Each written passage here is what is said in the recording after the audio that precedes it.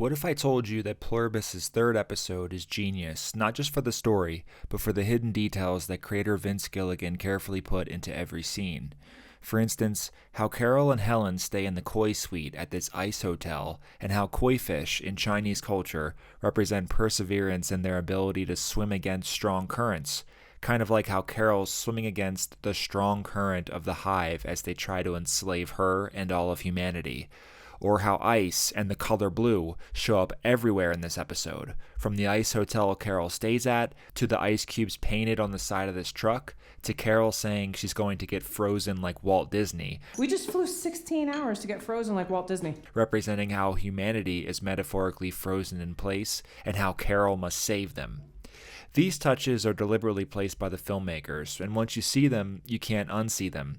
And once you notice them, you can't help but wonder, why? What are the filmmakers trying to say with these touches? There's many details present in Pluribus' third episode that really unifies what this show is trying to say about collectivism and independence.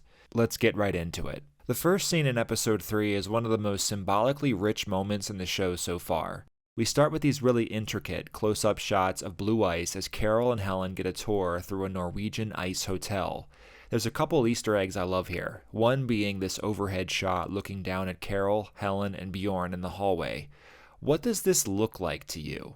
For me, it's impossible to not think about piano keys here. We've already established in other videos how important music is to Pluribus, and if you're skeptical of that claim, just watch the opening title sequence. Another moment I love involving music is when the hive restocks sprouts. As trucks and worker bees arrive, a jazz song starts to play, and they all work in unison to restock a full grocery store in just 90 minutes. Another Easter egg I loved is this decal of a butterfly on the wall behind Carol in the hallway. Carol's unpublished book is called The Bitter Chrysalis. You really think bitter chrysalis is that good? And chrysalis means the pupa stage of a butterfly, a hardened protective casing where the caterpillar transforms into an adult. Set designers here could have put any of the 1.2 million animal species on planet Earth behind Carol, but they chose a butterfly. Interesting.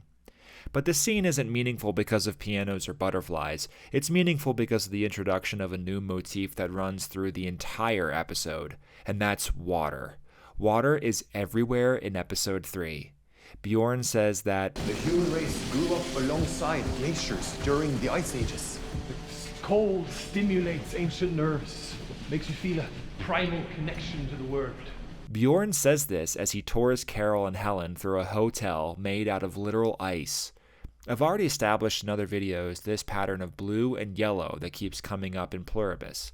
Pairing this color theme with water and ice makes a lot of sense here. Carol and Helen's suite in this ice hotel is the koi suite for the koi fish. You can see a drawing of it on the door.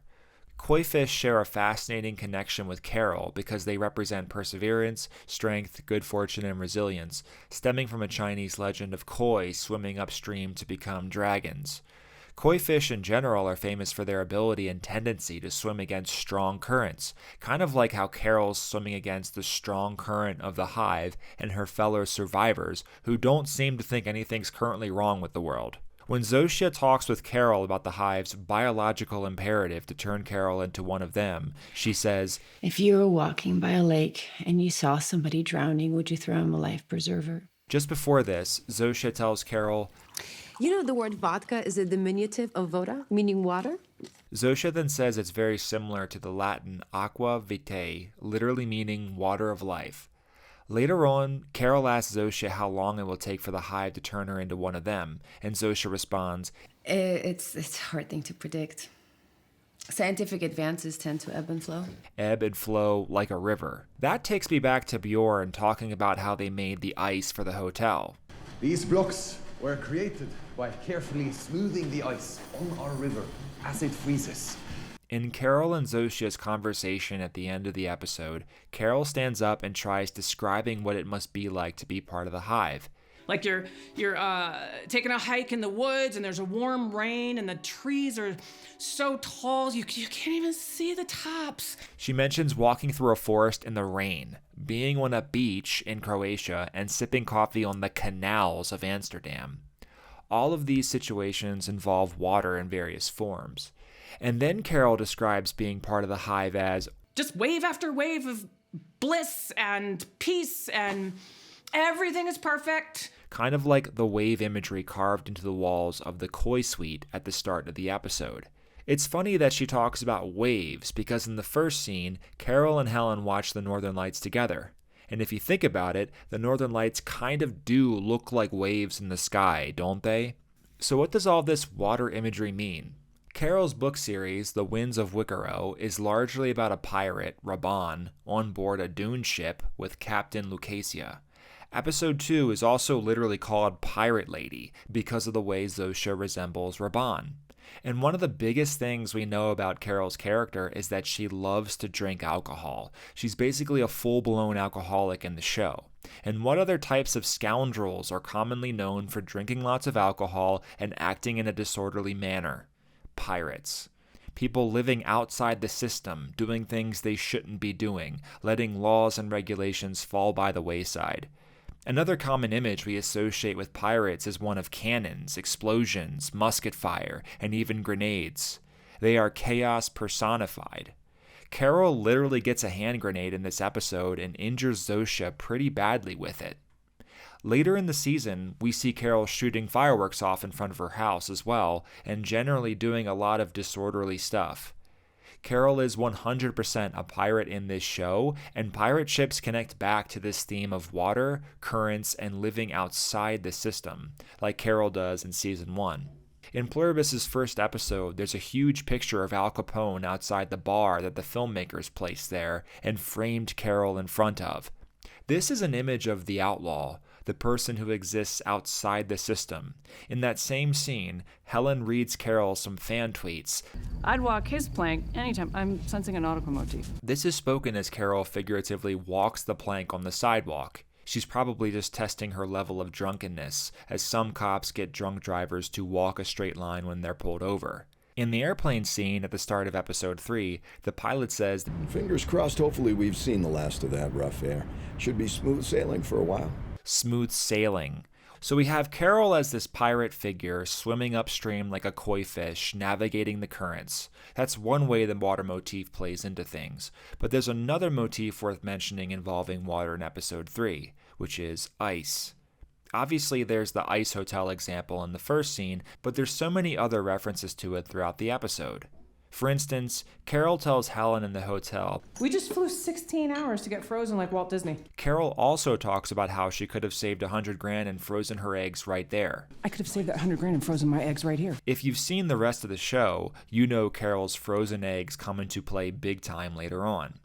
But probably the biggest additional example of this ice motif are the trucks that pull up in front of Sprouts when Carol asks the hive to restock it. On the side of one of these trucks are drawings of ice cubes and a snowflake.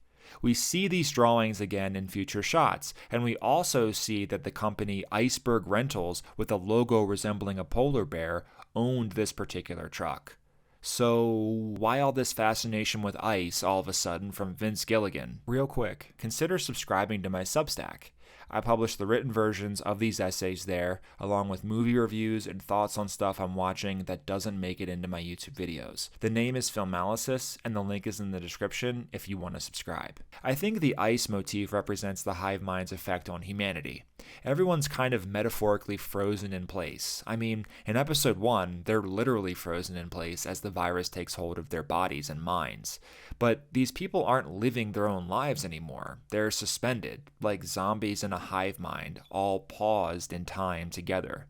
I think the ice also represents the coldness of the hive, and Carol is going to have to melt this frozen world. Spoiler alert if you haven't watched ahead, but the hive literally cuts up dead bodies and freezes their parts all around the world to make this nutrient drink everyone has to consume.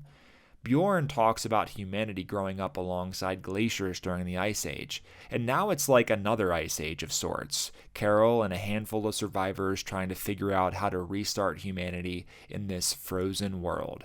This frozen world is shown in the blue color scheme that's everywhere in Pluribus, and this episode as a whole. like the hotel, the seats in this airplane, Zosha's blue and green dress here, the blue light from Carol's TV, the blue lighting in Carol's house when she loses power, the blue lighting in her refrigerator, again with the cold theme by the way, and framing characters repeatedly against a deep blue sky. There's so many other examples which I'll flash on screen for you now, and I think on one level, blue represents the hive's constant presence. It's always there, surrounding Carol, showing the audience how cold the world has become.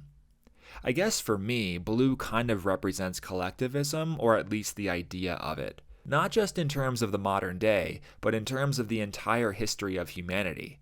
Bjorn says that humans grew up alongside the glaciers and that being close to the ice awakens ancient nerves. Humanity is here, right now, because of a collective effort.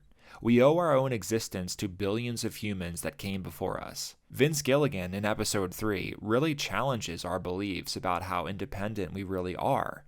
Carol tells the hive, I am a very independent person, okay? And that I just want my sprouts back. Then she gets her wish and literally sees how much work goes into allowing us to live an independent life. Nothing in this world exists in a vacuum. Even something as routine as going to the grocery store is made possible via the work of countless hands, all working in tandem, from store stockers to managers to farmers to corporate suits. The idea that we're independent and don't need anyone is an illusion, and Vince Gilligan seems to play around with our ideas surrounding independence in episode 3. Blue, the color of interconnectedness, is everywhere in Pluribus, and maybe Vince is trying to say, on some level, that we're all more connected than we think with this color scheme. Speaking of ice and freezing, there's one more layer to this motif that I found absolutely fascinating. Screensavers. Yes, I'm serious. In the first scene, when Carol and Helen gaze at the Aurora Borealis, Carol says, Kind of looks like a screensaver. I thought it was funny, so I wrote it down, but then later on, as Carol talks to the hive on the phone, her TV is paused in the background, and as she's talking, that famous generic DVD screensaver kicks in. Before you say I'm reaching, why write that into the script? This screensaver didn't just happen to turn on while they were filming. Think about what a screensaver is. It's something that takes control of a screen after it's been paused for too long, after it's been frozen in inactivity. There's also this shot where we zoom way into the TV screen while Carol watches Betty White, and you could see the individual pixels in it, which connects back to this theme in the show of a whole being comprised of its parts. A TV is thousands of tiny pixels, each one constantly changing in color, that create an image when put together, like the individual dots that make up the word pluribus in the title sequence. I think this screensaver motif might connect to Carol being a screensaver herself, someone who can save a world that's been frozen in place, someone who can get that paused world moving again and bring it back to life. Maybe that's a stretch, but this is Vince Gilligan we're talking about here, the guy who doesn't put anything in frame without having a reason for it to be there. There's one last theme I wanted to mention before I end the video, and that's one of fire. In episode 2 and 3, there's a few random references to volcanoes for some reason. You're gonna need a pickaxe, by the way. There's a lot of volcanic rock in that soil. Anybody build a volcano? And as Carol watches The Golden Girls with Betty White in episode 3, Betty talks about volcanoes in the background. But they said the only way to prevent the eruption was for me to crawl through their legs up the volcano while they gave me my birthday wax. When analyzing episodes 1 and 2, I wrote down fire as a possible motif in general. Were you trying to start a forest fire? Dave, it's not Smokey Bear we're picking up.